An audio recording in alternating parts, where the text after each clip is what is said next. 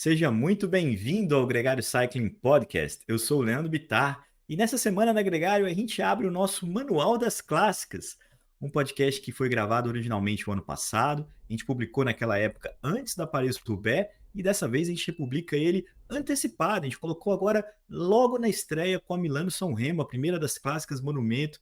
Esse programa tem o objetivo de conversar, divertir e informar você sobre o que é uma clássica, porque usa essa nomenclatura, o que é uma prova de um dia, o que são as clássicas de pavê, as clássicas ardenas, o que são os monumentos, por que só 5 provas merecem essa categoria até hoje, como que a gente chegou até aqui, como que essas provas são distribuídas no calendário, muita coisa legal, muita informação, muita curiosidade e, claro, é tudo para que você possa desfrutar ainda mais dessa temporada, que para muitos é a mais rica. A gente tem as grandes voltas mais famosas, mais desafiadoras para um nicho muito específico de ciclistas, e tem as provas de um dia, onde todo mundo tem a sua oportunidade, tem sua chance e faz também boa parte da história.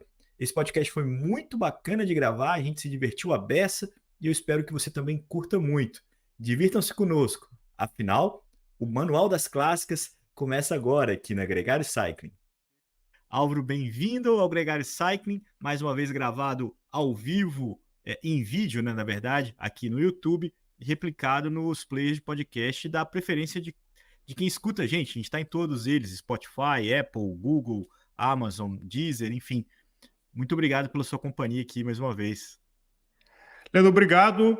Obrigado por ter aceito o convite que a gente conversou aqui na redação virtual da Gregário, de fazer um programa híbrido entre o cycling e o radio, porque a gente está numa época mágica do ano, do ciclo do ano, né? E muitos de nós não sabemos detalhes, tem essa discussão, o que é uma clássica, o que é um monumento, o que é uma prova de um dia. Então, a ideia é ajudar você, ouvinte, independente do seu nível de paixão e conhecimento, até arrumar repertório de conversa, porque tem coisa que a gente vai falar aqui que é polêmica.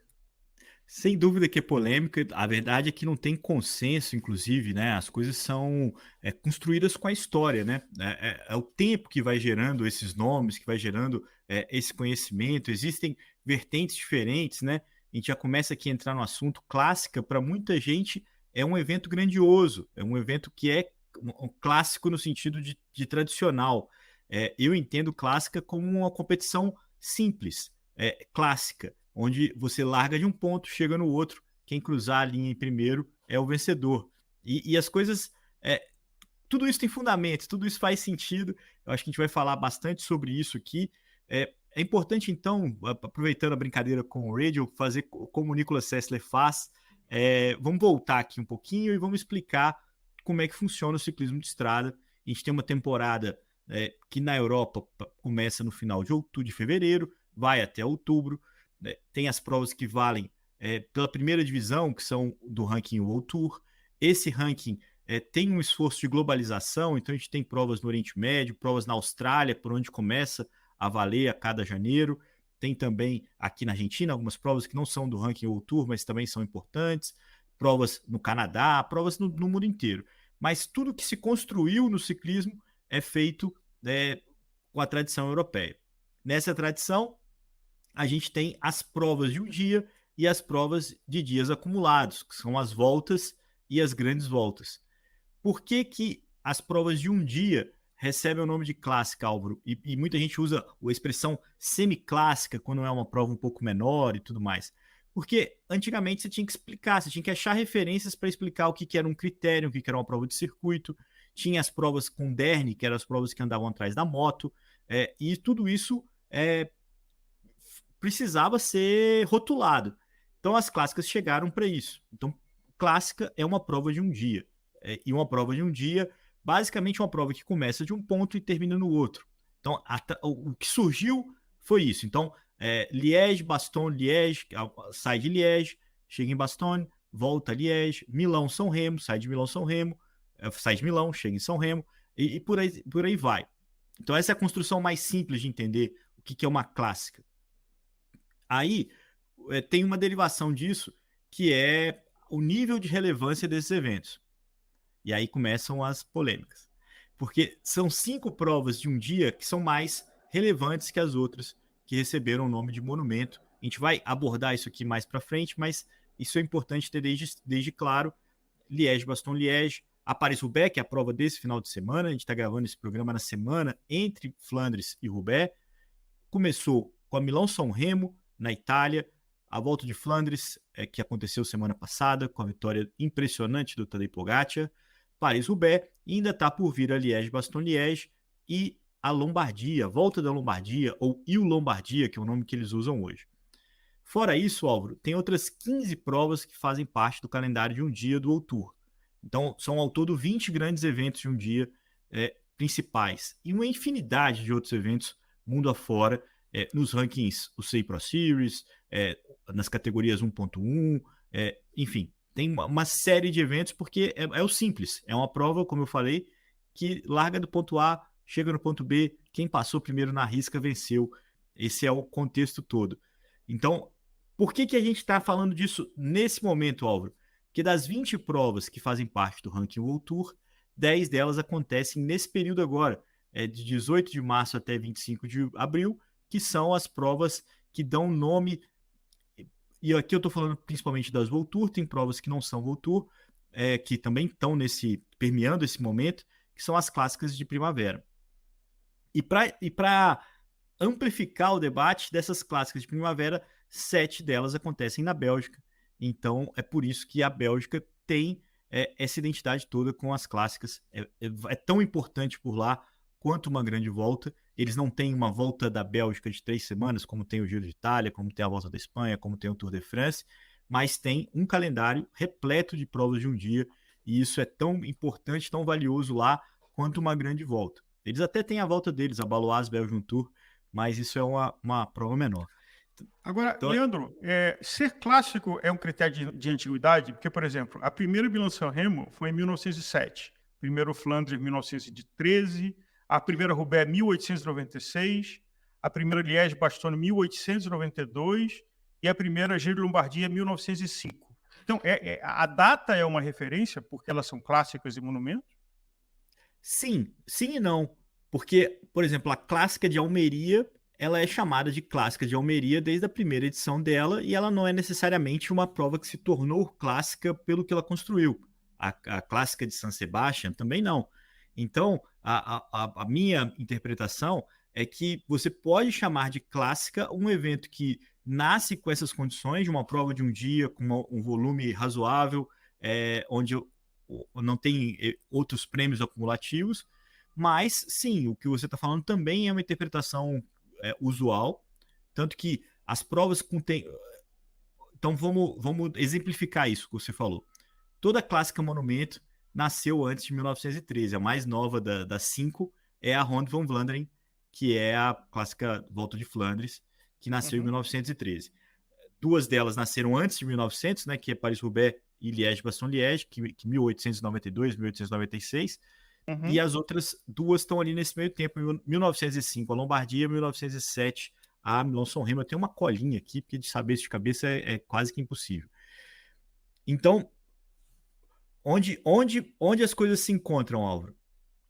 Para entender por que essas provas são monumento, a tradição, a antiguidade, o RG antigo dessas provas fazem sentido.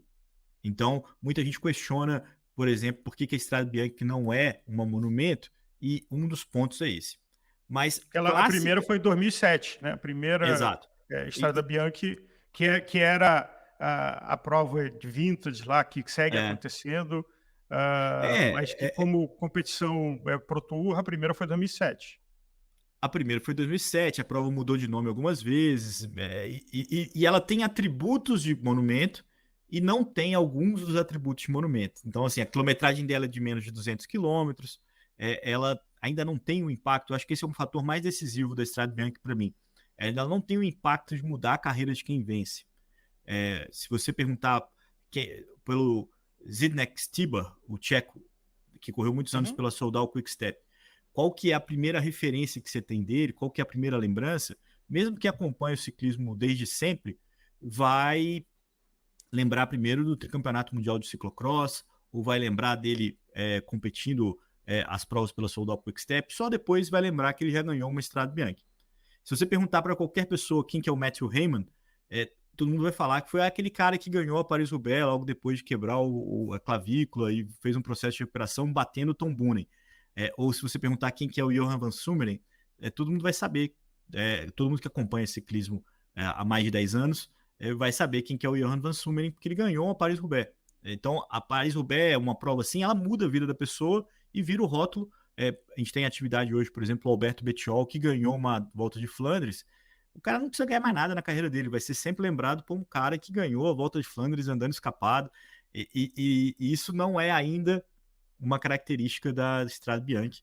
Ao contrário, a gente tem os grandes nomes ganhando por lá e prestigiando a prova. Então, a vitória do Tadej Pogacar, a vitória do Mathieu Van Der Poel, a vitória do Tom Pidcock esse ano, são grandes nomes que dão relevância para o evento, e não o contrário. Mas isso é uma questão de tempo, e nem acho que é uma preocupação da Strade Bianche ter esse Agora, nessa rótulo. linha, por exemplo, a Omloop é uma UCI 1.2, né? Ela acontece na mesma época, acontece na Bélgica, é disputada, mas está nessa mesma classe do você falou do Strade Bianche, quer dizer, é uma prova que historicamente não mudou a carreira de um ciclista, não teve um ciclista que foi marcado e que mudou de outro patamar de percepção. Eu acho que é por aí. A gente tem, então só para tanto a Strade Bianche quanto a Omloop fazem parte do calendário World Tour. Então elas são clássicas da primeira divisão. Monumentos são só 5 e elas estão na mesma categoria, porque em algum momento, quando a UCI precisou organizar esse ranking que não existia, era tudo muito aleatório, e precisou juntar os organizadores, as suas equipes e tal. Isso foi no final dos anos 90 só, que criaram essa expressão monumento. Então não existia. O Max não ganhou um monumento. O Max ganhou 7 vezes a Milão-São Remo. Então, essa expressão monumento, ela é recente na história. Então, por isso que não é uma preocupação, é monumento ou não é monumento, isso é menor. Só que essas 5 provas, quando o Verbruggen lá, o presidente da UCI, assumiu que essas 5 provas teriam um diferencial, ele justificou isso. E essa justificativa é o parâmetro. Então, são provas com mais de 250 quilômetros. A Milão-São Remo, por exemplo, é a única que tem quase 300, que beira 300. É a prova mais longa do calendário World Tour. São provas que têm características muito específicas. Então, não existe outra prova com tantos quilômetros similar a Paris-Roubaix, que você tem o pavê, tem o velódromo no final, ou como Flandres, que tem os muros. Você tem clássicas que percorrem os mesmos caminhos, mas que não tem o mesmo impacto. A gente tem a E3 aí como exemplo, que usou basicamente as mesmas subidas, os mesmos muros que fazem parte da Volta de Flandres, com 50 km a menos de distância percorrida. Então, qual que é o setup de monumento? O que se entendeu depois que foi dado a essas 5 provas o nome de monumento? O que se entendeu que era requisito? Ser muito antiga, ser muito tradicional. Essas 5 provas a gente já falou que são. Ter características bem nítidas entre elas, assim, como a Liège-Bastogne-Liège é uma prova difícil, com altimetria muito dura. Flandres com os muros, os pavês de Roubaix, o pódio, a chegada, a forma como disputa Milão-São Remo, e a Lombardia também, com a famosa Madonna de Ghisallo, aquelas subidas finais também muito tradicionais. Então, isso é uma avaliação póstuma. O fato é que essas provas elas têm uma relevância para mudar a vida do ciclista. Então, ganhar uma monumento é tão importante quanto ganhar uma grande volta ou ganhar uma volta de uma semana transformadora na vida das pessoas. A Omloop, Het Nieuwsblad, tem várias Omloops, né? Mas a Het Nieuwsblad, que abre o calendário europeu, tida como abertura do Campeonato Europeu, é uma prova muito importante. Mas ela não tem o peso dessas outras. A Strade Bianche está nesse meio termo, junto com a Gent-Wevelgem, com algumas outras provas que são relevantes, que são tem características muito específicas. Eu acho que a Strade Bianche é muito única, né? Agora você tem uma situação similar com a clássica de Jaén na Espanha, que pega também trechos de terra e tudo mais, mas o que a gente vê na Toscana é muito específico, é muito único, e eu acho que esse é o principal argumento da Strade Bianche. Você não vai conseguir replicar aquilo ali, aquela chegada em Siena, toda aquela coisa, em muitos lugares. Então isso é digno de um monumento. Falta a Strade Bianche ainda a maturidade para poder, de fato, transformar a carreira. Ponto. A gente tá misturando um pouco as coisas, vai confundir mais do que ajudar. Mas por que porque, então, entendido que são 5 provas que têm uma importância maior, a gente tem que entender que existem várias outras e que esse calendário, nessa época do ano, contém a maior parte delas. Eu exemplifiquei aqui que das 20 clássicas World Tour, 10 estão nesse período de 1 mês e 10 dias, considerado como as clássicas de primavera. E a gente tem, dentro dessas subdivisões, outras subdivisões. Então, agora, nesse final de semana, com a Paris-Roubaix, a gente encerra as clássicas de pavê e vai seguir para as clássicas Ardenas, que são outras provas que acontecem na Bélgica, que premiam outros tipos de ciclistas e são mais duras, são com mais subidas e que culminam na Liège-Bastogne-Liège, que é uma prova monumento também importantíssima na Bélgica. Então, Álvaro, acho que essa é o cenário que é importante a gente começar a falar. Existem provas de um dia o ano inteiro, existe uma concentração muito grande delas nesse período do ano, na primavera, e a gente pode fazer um recorte da primeira monumento do ano, na Milão-São Remo, até a terceira, que é a Liège-Bastogne-Liège, onde a gente tem grupos de ciclistas diferentes que conseguem brigar pelas vitórias em todas elas, em algumas delas. Alguns ciclistas, a grande novidade dessa conversa é o Tadej Pogacar, por exemplo, que está brigando por vitórias em todas elas, assim como o Wout van Aert e o Mathieu Van Der Poel. Essa é a grande novidade do contexto atual, recente, né? Não é desse ano, mas é recente, com esses caras que são super ciclistas. Acho que essa E o no que vai caso do Van fazer. Der Poel e do Van Aert, que foram lá fazer estrago no pelotão do ciclocross. Não estavam competindo para nada, entrando pontualmente algumas e destruindo o pelotão. Isso é um ponto, porque eles são ciclistas que desde muito jovens ganham no ciclocross, então um já é 5 vezes campeão mundial, o outro é 3 vezes campeão mundial. A temporada de ciclocross é um período para os ciclistas de estrada de férias, né? Um período que não é fácil de pedalar, de treinar e não tem provas. Então, para muitos, era uma opção de manter a atividade. A gente já falou bastante aqui sobre isso na Gregário. E esses caras colocaram o ciclocross num outro nível, um embalo que o Tom Pidcock entrou, né, chegou também pelo ciclocross, e eles vão equilibrando as carreiras, ciclismo de estrada, ciclocross. O Van Aert e o Van Der Poel conseguiram, com altos e baixos, fazer isso muito bem. Então, assim, são dominantes nas duas. O Pidcock também é um degrau abaixo desses dois, mas consegue grandes sucessos na estrada e conseguiu também ser campeão mundial de ciclocross e tudo mais. Isso acontece no feminino também, com as mesmas Marianne Vos, Lucinda Brand, agora com a Silvia Persico, ciclistas que conseguem bons resultados no ciclocross e usam desse embalo, dessa preparação, desse domínio técnico, né? O ciclocross é muito mais técnico do que o ciclismo de estrada, conseguem usar isso, aproveitar também no ciclismo de estrada ao longo da temporada, que é onde está mais o dinheiro, né? Também, né, Álvaro? O Johan Musil falou disso aqui quando ele esteve com a gente. Agora, Leandro, tudo isso é pensado pela UCI como uma temporada. Então, a gente tem esse momento que são as clássicas, concentradas de primavera, e aí começamos o circuito de grandes voltas, e depois, praticamente no final da temporada, a prova do Mundial. O que você vê que mudou? Vamos falar assim, tem o ciclocross, que é quase cross-training para ficar mexendo, mas que esse ano teve 2 galácticos que resolveram fazer mais do que só girar as pernas, que é o Van Aert e o Van Der Poel, e o Pidcock, inclusive. As clássicas com a preparação, mas o grande objetivo são as grandes voltas, que é onde dá mais retorno de mídia, onde você tem, enfim, volumes, e as equipes, como atividades comerciais, precisam dar esse retorno.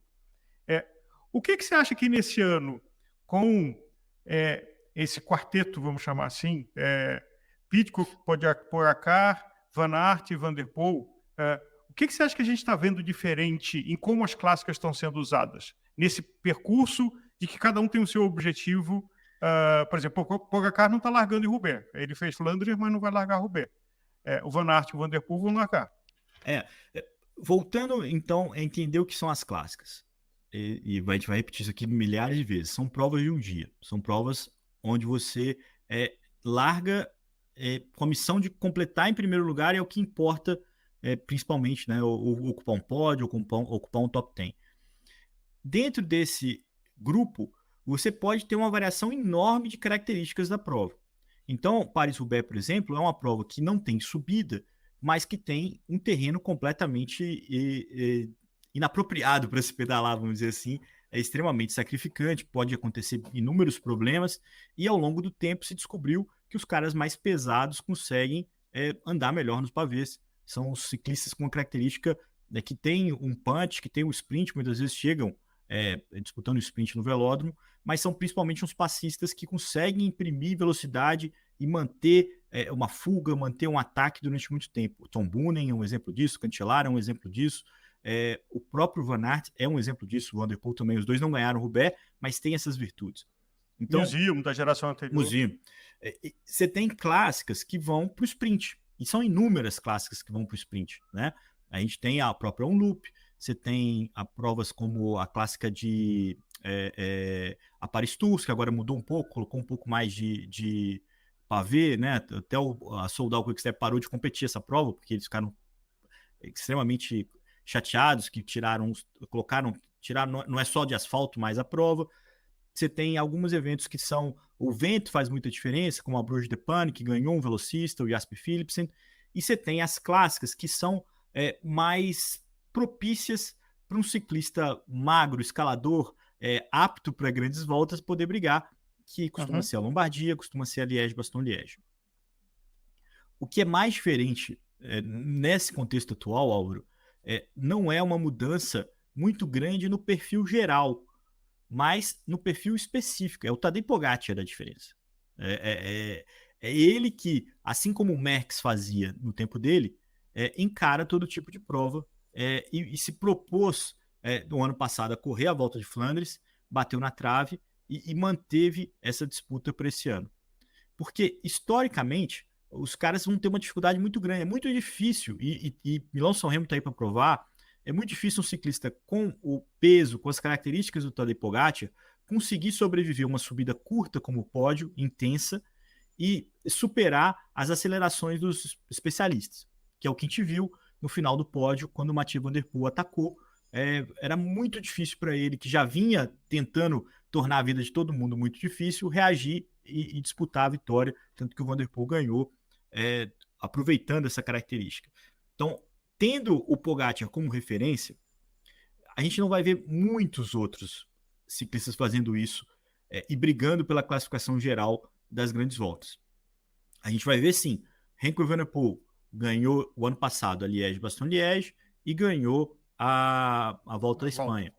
Você tem o Primož Roglič, vencedor, tricampeão da Volta à Espanha, que ganhou uma Liège na comemoração do Alaphilippe, e também briga pela Lombardia, mas participou da Milão-São Remo também, mais para ajudar o Van Aert do que para brigar por ele próprio, mas engrandeceu o evento. Então, e aí, na pergunta de ajudar, uma prova de um dia, a equipe é menos fundamental do que numa volta, numa grande volta? Não é Ou menos. seja, o talento individual. Então, por exemplo, a gente tem a situação do Pogacar, que tem a UAE, que é uma equipe, mas que não está do tamanho da Jumbo, que está atropelando tudo. A Jumbo faz diferença numa prova de um dia, como ela faz numa grande volta? Ou uma prova de um dia isso é menos importante? Isso conta menos?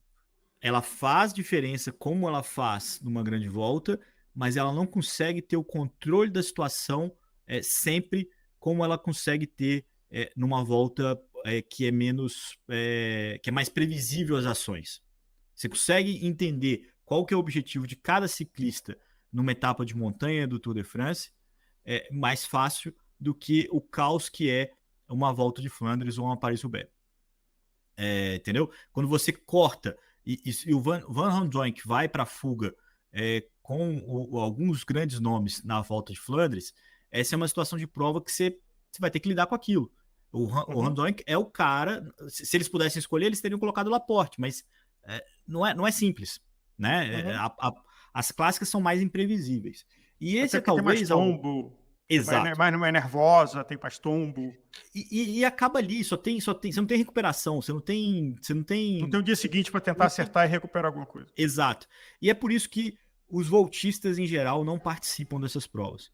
Porque isso pode colocar a perder uma preparação. Para você ganhar o Tour de France, para você ganhar o Giro de Itália, você tem que estar o mais magro possível, o mais bem preparado possível para subir. Esse é o diferencial de uma grande volta. E quando você se expõe numa clássica onde você tem o piso é esburacado, literalmente falando, ou de pedra, você está exposto a muito risco. Então, a gente viu o Nibali no final da carreira correndo Flandres, Valverde correndo no final da carreira Flandres, Lance Armstrong correu Flandres uma vez como campeão do Tour de France, mas não é constante, porque o risco é muito grande. A gente lembra do Bernard Hinault, correu uma Roubaix para ganhar, ganhou e falou, nunca mais volto aqui. Isso aqui é um inferno. Então, assim, é mesmo. Os caras gostam do sofrimento. Se você pega o dia, a Bruges de Pan, que é uma clássica belga que também desse período de primavera, é um inferno tá lá, cara. Você não precisa estar ali se você não for brigar pela vitória, sabe assim? É muito difícil e é muito específico as condições de prova. Então, ao longo do tempo, a gente tem um histórico Fausto Coppi, Binda, Bartali, alguns ciclistas de Bernard Hinault também, um cara que venceu inúmeros monumentos, mas basicamente Liège e Lombardia, que são as clássicas que você pode correr como voltista, vamos dizer assim. Você tem altimetria acumulada suficiente e você tem condições de competição que permitem favorecem o mais leve. Um bom exemplo disso Philippe Gilbert, um dos caras que mais soube vencer clássica na carreira. Venceu 4 das 5 monumentos, só não ganhou o Milão-São Remo. No começo da carreira dele, no auge da carreira dele, ele corria Lombardia, Liège, e corria as Ardenas, né? Amstel, Flash, Liège e Lombardia. Por que ele não corria Roubaix e Flandres, que ele só veio ganhar já no final da carreira, nos últimos anos, quando ele saiu da BMC e foi para a Soudal Quick-Step? Na entrevista dele na GCN, no documentário, ele falou: eu precisava ser mais pesado. E se eu fosse mais pesado para correr essas provas, eu não conseguia recuperar tempo de correr as outras provas que eram importantes para mim no calendário. Eu precisei escolher. E como eu precisei escolher e levei em consideração que eu era contemporâneo do Tom Boonen e do Fábio Cancellara, eu falei, cara, é melhor eu ir por aqui, daqui eu vou ter mais chance. Mas é claro que eles pensam nisso. Então essa é uma escolha. Pro Filippo Ganna, por exemplo, que é um contrarrelogista, que é um ciclista de pista, correr as clássicas, ele sacrifica um pouco as especialidades dele e acaba conseguindo focar nisso em algum momento da carreira. E se ele não der certo, por exemplo, se ele não for bem na Paris-Roubaix desse ano, muito provavelmente ele vai começar a repensar isso para os próximos anos. Ele não vai ficar batendo cabeça onde não está gerando resultado. Então, Agora, a clássica é uma oportunidade do gregário passista brilhar? Sem dúvida. Sem dúvida, porque muitas vezes surge uma oportunidade onde menos se espera. O Matthew Hayman é uma referência disso. É um cara que estava fora dos holofotes quando conseguiu brigar pela vitória. O Johan Van Summeren também é um exemplo disso, quando ganhou pela Garmin a Paris-Roubaix. Alguns ciclistas, o próprio Nils Politt, que disputou o sprint com o Philippe Gilbert na Paris-Roubaix, ou o Sylvain Dillier, que também disputou com o Sagan, mudaria a vida deles. É uma chance única de um ciclista atacante, um ciclista que consegue sustentar uma vantagem de muito tempo, um ritmo, né, um passo, vai resistindo às adversidades e consegue vencer uma prova como essa. Mas justamente pela imprevisibilidade, né? Um sprint, o Tom Boonen perdeu um sprint para o Matthew Hayman no final de uma Roubaix em 2016. No papel, isso nunca aconteceria. Ele já deve ter disputado, sei lá, 50 sprints, 60 sprints na carreira.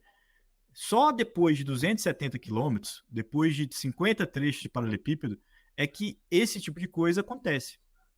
Porque é a magia da clássica. Então, e tem até uma teoria de ciclistas, o número mágico de 200 quilômetros, né? Que tem ciclistas excepcionais em prova abaixo de 200 quilômetros e tem ciclista que tem casca para distâncias maiores de 700 quilômetros, de 6 horas de prova e não de 5 horas de prova. Isso não é folclore, isso é fato. Os caras se adaptam melhor quanto maior a diversidade. O próprio Alexander Kristoff, que já venceu 2 monumentos, ganhou o São Remo, ganhou também o Roubaix, ele tem essa característica de conseguir sustentar. Quanto pior para todo mundo, melhor para ele. Né? Isso é um fator. É um fator, sim, e sem dúvida isso é um ponto a ser levado em conta nessas clássicas. Mas só para arredondar isso aqui, existem clássicas para todo tipo de ciclista. E existem ciclistas muito especiais, como o Ed Merckx, como o Tadej Pogacar, que conseguem se adaptar e correr vários tipos de clássicas. Pro Pogacar, que ganhou Flandres semana passada e correu Roubaix nesse final de semana, ele mesmo falou, precisava ganhar peso, precisava estar mais pesado. Ele não pode fazer isso e querer correr o Tour de France em julho. O corpo dele não aguenta essa variação toda em tão curto tempo. Então vai ser um projeto que ele vai deixar para um outro ano. O Alan Piper, inclusive dirigente da equipe, falou que vai ser o último projeto dele. Então o peso é natural com a idade, né? Você consegue ter mais, você vai tendo mais dificuldade de manter o peso baixo, você vai ter um peso maior, vai ter mais facilidade de poder brigar por Roubaix no futuro. Isso é um cenário muito importante. Qual que é o outro cenário importante, Álvaro? Mathieu Van Der Poel e Van Aert são ciclistas de clássicas, são ciclistas de provas de um dia, que teoricamente estariam restritos ao universo das clássicas de primavera, principalmente Roubaix, Flandres, Milão-San Remo, e que eles competem as outras. O Van Der Poel tem top 10 nas 5 monumentos. O Van Aert também tem nas 5. Acho que ele não tem top 10 na Lombardia, mas ele é vice-campeão da Liège-Bastogne-Liège. Então, essa versatilidade que o Pogacar tem, esses dois nomes também têm e fazem com que essa disputa seja cada vez mais constante, vamos dizer assim. Esse é um outro fator legal. Porque você tem na Liège-Bastogne-Liège na próxima quinzena, né? A presença do Remco Van Der Poel, do Tadej Pogacar e por que não, do Wout van Aert, brigando também por uma prova que ele foi vice-campeão recentemente. No ano passado foi o Quinton Hermans que foi vice-campeão, mas ele tem pódio na Liège. Isso é o outro fator. A minha dúvida, Álvaro, é quantos ciclistas serão capazes de fazer isso ao longo da carreira. Eu não acho que é uma mudança da forma como se disputa. Eu acho que existe um momento onde grandes nomes são capazes de fazer isso. Mas isso continua restrito a grandes nomes. Não vão ser 10, 15 ciclistas que vão disputar a grande volta e o universo mais amplo de clássicas no futuro. Entendeu? Eu Pois não é, acho que porque isso vai acontecer. é o que acontece às vezes com atletas vão ficando mais velhos e vão fazendo mais provas de endurance. Alguns migram para triatlo ou para outras coisas, onde a experiência, a resiliência, a dor é um fator importante, menos do que a explosão e a reação rápida. Então, Sim, isso não se vale para o ciclismo de estrada. até vale quando você pensa que o Pogacar pode vir correr uma Paris-Roubaix no futuro. Mas tem Isso um Pogacar, né? mas é o Pogacar. O Bradley Wiggins fez esse movimento. Ele também fez todo o sacrifício necessário para conseguir correr e vencer um Tour de France, onde ele estava extremamente magérrimo, correu no limite. A gente lembra bem aqui que o Froome era mais forte que ele, muita gente corneta isso. Uhum. Eu não acho que existiria o Froome naquele contexto sem o Wiggins, mas sim, ele estava mais forte. E depois ele correu o Roubaix, fez top 10, brigou pela vitória. E ali, naquele contexto que a gente está usando aqui para exemplificar, ganhou um passista outsider da equipe Soudal Quickstep. O Wiggins estava com o Boonen, o Terpstra conseguiu atacar e vencer, mudou a carreira dele, virou outro cara. Foi até o final da carreira dele com o monumento, só para a gente exemplificar aqui e amarrar as coisas que a gente está falando. Mas enfim, desculpa, pode falar. Não, e agora, para ajudar o papo de pelotão e que quem está acompanhando as provas que ainda tem para acontecer, se você pudesse destacar um ou dois nomes de cada uma das 5 monumentos. Então, San Remo, Flandres, Roubaix, Liège e Lombardia. Pessoas que a vida mudou e que entraram para o Hall da Fama do ciclismo graças a essas 5 monumentos. Isso é muito complicado, né, Álvaro? Mas a gente tem, por exemplo, o Matthew Goss, que ganhou a Milão-San Remo. é um cara que vai ser sempre lembrado, competir para uma equipe incrível, que era a HTC Columbia, ganhou a Milão-São Remo num sprint reduzido ali, numa época que o Cancellara, quem andasse na roda do Cancellara ganhava, porque o Cancellara foi super constante nas clássicas. Eu vi uma informação recente, não sei se foram 12 provas consecutivas que ele fez pódio. Então, assim, é um cara muito, muito classicômono. E durante um tempo da carreira dele, ele não tinha um sprint tão bom. Quem conseguia resistir na roda dele acabava conseguindo vencer a prova. O Matthew Goss é um exemplo disso. Mas, por exemplo, Aliás, no o nosso Hyperlink, lembrando do nosso programa do Ed Merckx, se eu não me engano, o Ed, no começo da carreira dele, tinha uma fama que ele não conseguia subir. E a Milan-San Remo, com o pódio, foi a primeira vitória dele que ele fala assim, pô, ele consegue rodar e consegue subir.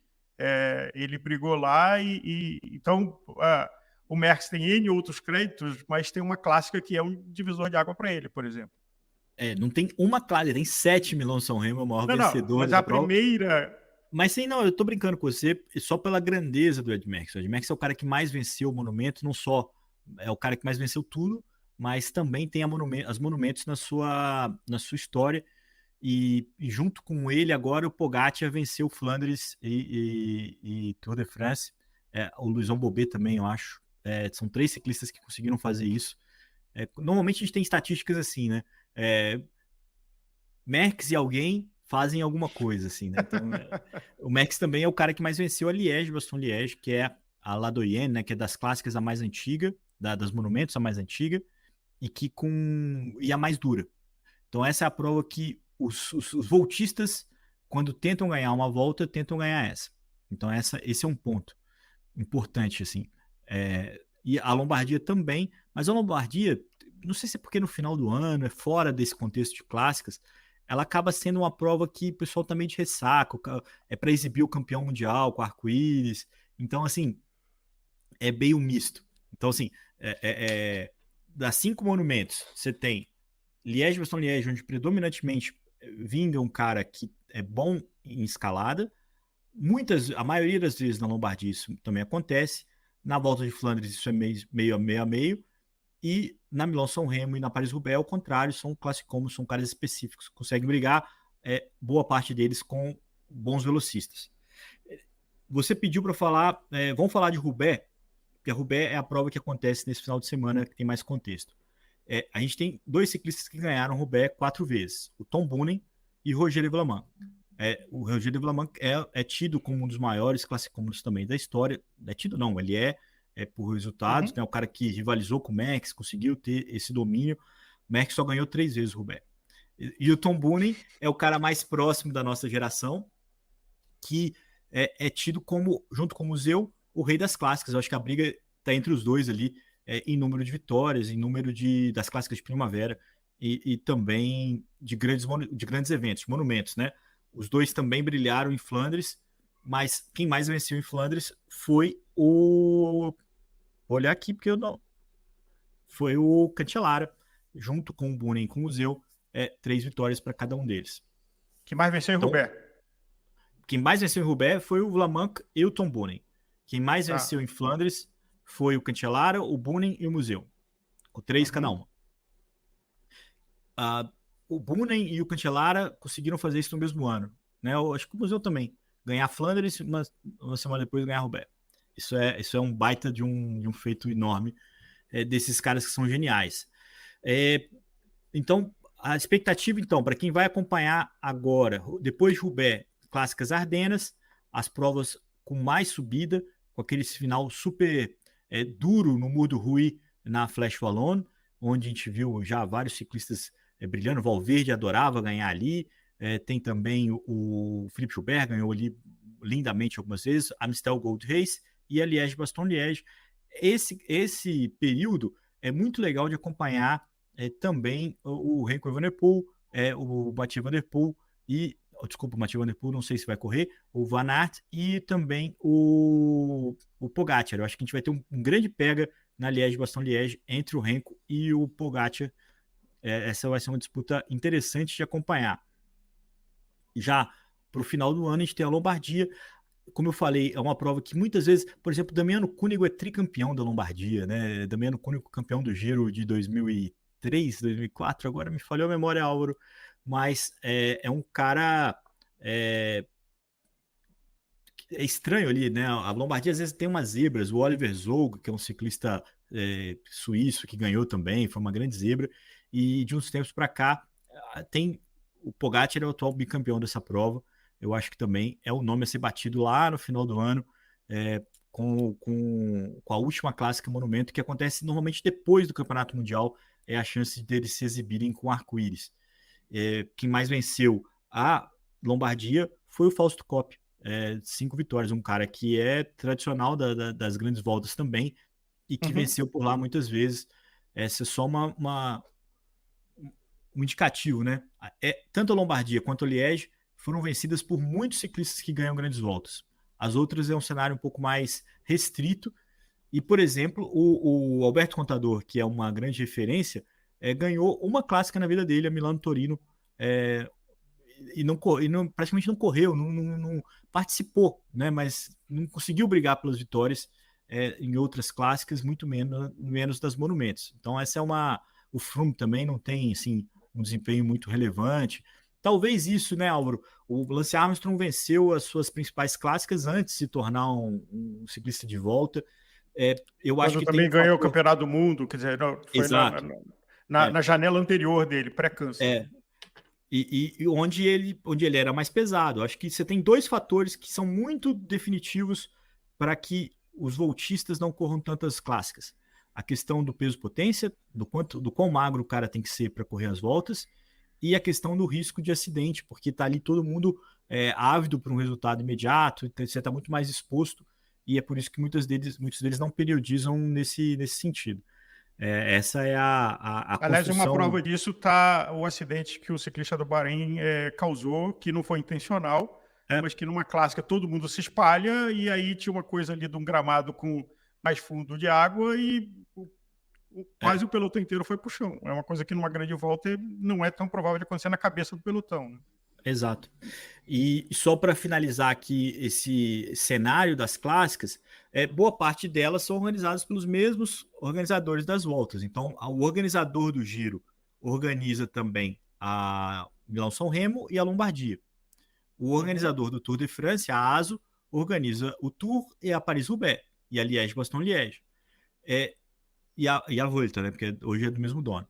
E as provas das clássicas belgas têm uma organização separada, a Flanders Classic, que é uma entidade que organiza e que, inclusive, traz muitas novidades para o cenário, como igualdade de premiação para os gêneros, são as provas que têm referência entre homens e mulheres, porque, como a gente falou aqui, a gente não explicou muito bem, mas existem 20 provas World Tour de um dia no masculino e 14 no feminino. E existem 3 monumentos que têm a versão feminina, Roubaix, Liège e também a Volta de Flandres. As 2 italianas não têm. É uma expectativa que nos próximos anos eles consigam criar uma Lombardia e uma Milão-São Remo. Já chegou a ter no passado, mas não viabilizava. A Estrada Bianca, que também é organizada pelo mesmo grupo do Giro, tem a versão feminina. Isso tem, e é um pouco do acordo daquela passagem quando era uma prova da heróica, né? Então, logo que aconteceu, eles já fizeram a feminina também, e é o caminho, eu acho que vai acontecer isso, não acho que é um defeito da RCS não fazer, eu acho que é uma questão de viabilidade, eu acho que uma hora vai chegar a versão feminina dessas 2 clássicas monumento italiana para poder compor. Então, mas você falou uma coisa que eu acho que vale destacar, que tem 3 empresas que de verdade é quase um cartel sobre as provas de ciclismo, que é a ASO, a Mauro Sport. Inclusive tem um livro que eu recomendo, o Livric, que fala sobre a história da família, desde da Segunda Guerra, quando começou. Recomendo muito para quem gosta de ciclismo e conteúdo. Do Giro, que é uma empresa mais confusa, que veio do Gazeta do Esporte e está tentando se organizar, tem lá seus problemas, teve um problema de corrupção e coisas que é uma história super mal contada. E a Flandres, que é um bicho à parte, né? Que é um animal belga fazendo as provas belgas. Mas essas 3 empresas de verdade mandam no calendário, no que faz É. diferença no calendário. Porque tem provas, eu estava vendo aqui nas nossas escolas, tem mais de 20 provas de um dia que morreram, que não conseguiram sobreviver economicamente. Então, acho que essa globalização, né, essa centralização das grandes empresas é o que consegue manter as provas ativas e não deficitárias, né? É muito difícil organizar uma prova quando você E fechar consegue patrocínio, pacote de fechar, quando patrocínio. você consegue fluir isso é, no macro, né? Vamos pensar que todo mundo quer patrocinar o Tour de France. Quando você patrocina o Tour de France, você vai encaixando as outras coisas juntos, você vai conseguindo dividir esse know-how, dividir essa experiência. Mas é curioso, porque essa semana teve o GP Miguel Indurain e tá rolando a Itzulia, Volta ao País Basco, que é organizada por uma região, por um clube local. Então, assim, ainda existe resistência, vamos dizer assim, para E essa que é uma organização dos categoria eventos. 1.1, né? Que seria, vamos dizer, a terceira O classe. Não é Indurain nem o zero. Itzulia e é por isso, Álvaro, que tinha tanto problema, né? A UCI com as organizações é uma queda de braço constante, né? A ASO é mais forte do que a UCI, que é a FIFA do ciclismo, Uhum. porque ela tem os grandes eventos, os eventos mais benquistos, vamos dizer assim. E aí você fica sempre nessa briga, a SS crescendo com suas provas, fazendo é, a sua montagem, né? Você tem evento o ano inteiro, você tem de março a outubro prova SS. O ano que vem eles vão trazer o Giro Doni, o Giro Feminino vai fazer parte da SS, que hoje pertence a um outro grupo. Eles vão fazer uma associação para poder fazer isso, muito em função do Tour de Femme, que é da ASO, com o Tour de France Uhum. feminino. E esse é um cenário que é necessário, assim, acho que não é um caminho sem volta das organizações conseguindo as entidades, né, centralizando as principais provas. Inclusive tem as conexões com o mundo árabe, cada um tem sua fatia, né? O AE Tour é da RCS, a ASO tem as dela também e tal. Todo mundo ali divide os pratos ali. A conta. A Agora, conta. Leandro, obrigado. A ideia aqui é trazer uma informação e ajudar no nosso ouvinte a acompanhar essas provas, as conversas de pelotão que saem daqui. Daquela, pô, você sabia? Eu ouvi isso lá. Então, a nossa ideia aqui, espero ter atingido o objetivo, é de trazer repertório de conversa. Eu acho que o Agora, mais legal é que esse assunto é infindável. Então, quem está ouvindo a gente pode falar com a gente, perguntar o que quiser, que rende outros inúmeros podcasts aqui falando sobre isso. Nada do que eu falei é escrito em pedra, como você brinca. Existem muitas discussões e interessantes sobre o tema. Então vamos acompanhar e se divertir. Eu, pessoalmente, sou fã das clássicas, também grandes voltas, mas eu acho Sem que dúvida. uma prova mais curta, como é o caso do ciclocross e como é o caso da clássica, é até mais popular porque é mais fácil torcer, né? Porque simplesmente você falar, quem está na frente está ganhando.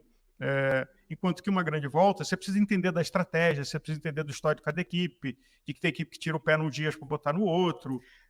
Então, é outro esporte. Mas eu queria deixar o testemunho aqui de que já acompanhava o ciclocross e esse ano entrou no meu coração de vez, mas na hora que você assiste um Tour de Flandres, você fala assim, não, essa é outra categoria de esporte. Assim, é outra categoria de ciclismo você correr um Tour de Flandres do que você correr 1 hora de ciclocross. Eu acho que é isso, assim. Eu acho que cada um tem seu lugar. Eu acho que o ciclocross é uma parada interessante, que a tendência é crescer. Eu acho que o fato de ser mais curto tem seu lugar, mas a aura dos grandes eventos do ciclismo de estrada acho que é uma parada que não vai se perder.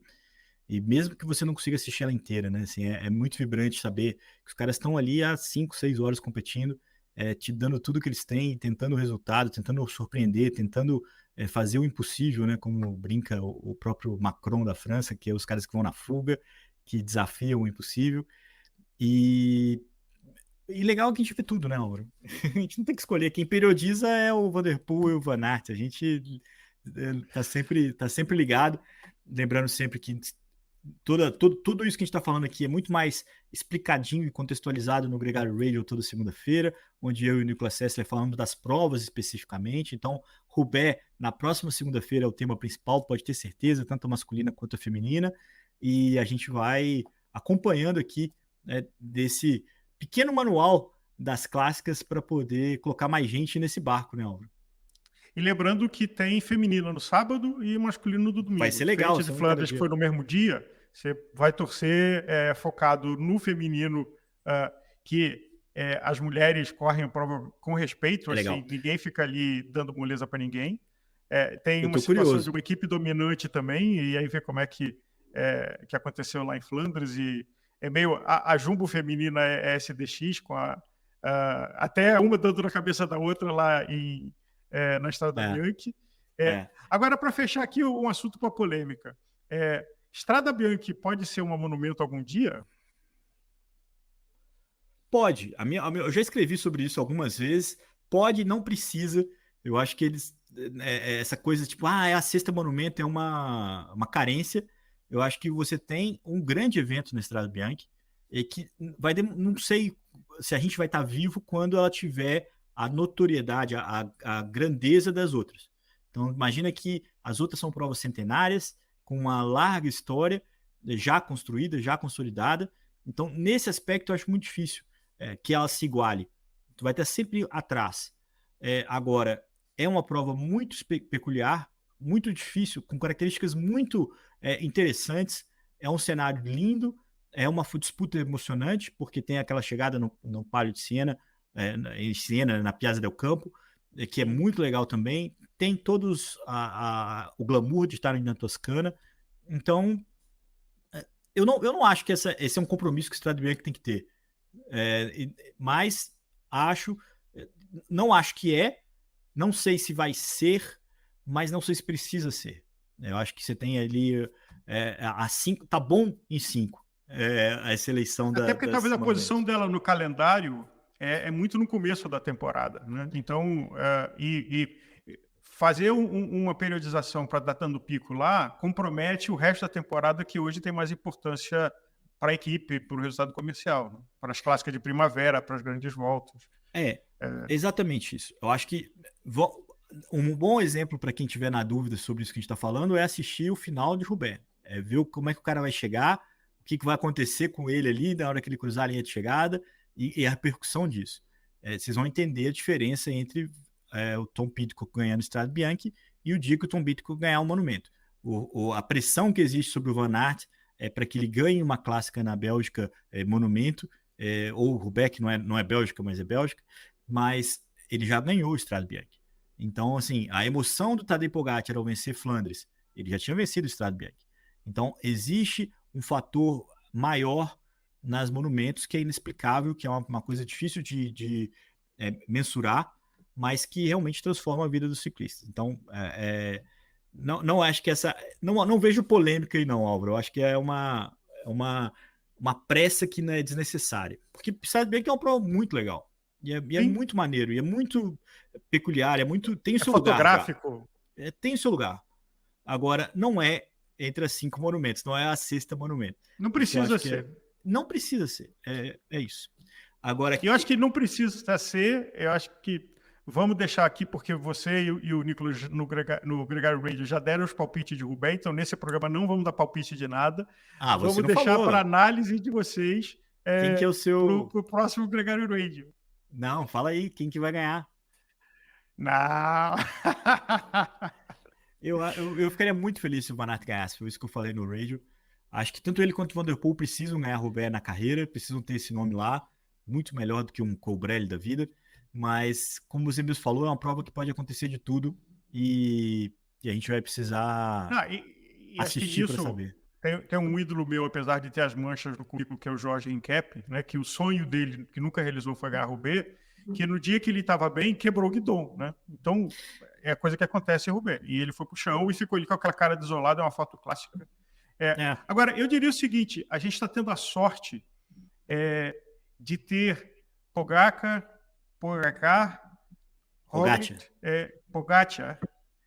Roglic, Van der Poel e Van Aert juntos. Assim, esse é um privilégio do ano passado e desse ano, que quem acompanha ciclismo e vê...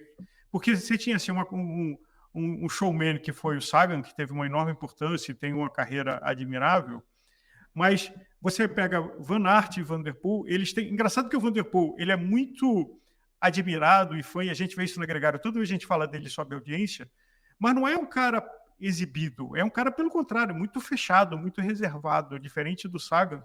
O Van Aert é mais colorido, mas eu acho que você tem esses dois que enriquecem muito para nós que adoramos Sim. e seguimos o ciclismo, estarem É, competindo. é muito bom ver os caras correndo tudo e aceitando perder. Eu acho que isso é o mais legal. O cara se dá ali ao risco de perder a prova, a exposição de perder a prova, por correr todas, por querer participar de tudo. Então, acho que esse é o maior privilégio que a gente tem tido de acompanhar. Por exemplo, Pogacar podia imaginar que, não vou me expor, já ganhei Flandres, porque eu vou bater guidão com o Renko na Liège, sabe? Ou o próprio Van Aert, que é claro que depende um pouco de Roubaix para confirmar a presença dele na Liège, mas como é que vai ser? Vai lá, vai dar a cara, vai tentar ganhar. Acho que esse é o maior mérito dessa geração. E é até uma brincadeira que o Oleg Tinkov, né, da Tinkoff, que era um cara extremamente Polêmico. polêmico, e ele sempre falava isso: os grandes nomes precisam estar nos grandes eventos, e precisam estar sempre nos grandes eventos. E é isso que a gente tem visto e tem que dar valor, sim. Bom, Álvaro, acho que a gente pode encerrar por aqui, porque esse assunto é infindável, né? A gente não vai conseguir ter um fechamento, a gente vai ter uma pausa Não, uma emenda no outro. A e gente vai na volta. temporada e, como dois apaixonados que somos, e eu bebendo do seu conhecimento, vamos juntos. Vamos juntos e vamos em frente. Agradecer a todo mundo que chegou nesse podcast com a gente até o final. Lembrando que toda sexta-feira tem Gregário Cycling, toda segunda-feira tem Gregário Radio, que a gente fala mais sobre as competições, mas agora com um pouquinho melhor de contexto. Quem ouviu esse programa com certeza ganhou repertório para acompanhar com a gente a cobertura do ciclismo mundial. Divirtam-se, assistam Roubaix, assistam tudo o que acontece, porque é muito legal, é apaixonante, principalmente se você ainda não está entendendo ainda muito bem, troca uma ideia com a gente, vamos conversar um pouco mais, tanto o Álvaro, que sabe muito aqui, não caiam nessa falsa modéstia. Eu, o Nicolas, a gente vai ter o maior prazer de conversar com vocês sobre a história do ciclismo, por isso também um dos motivos que a gente tem aqui a Gregário Cycling. Um grande abraço, Álvaro, abraço a você e até a próxima.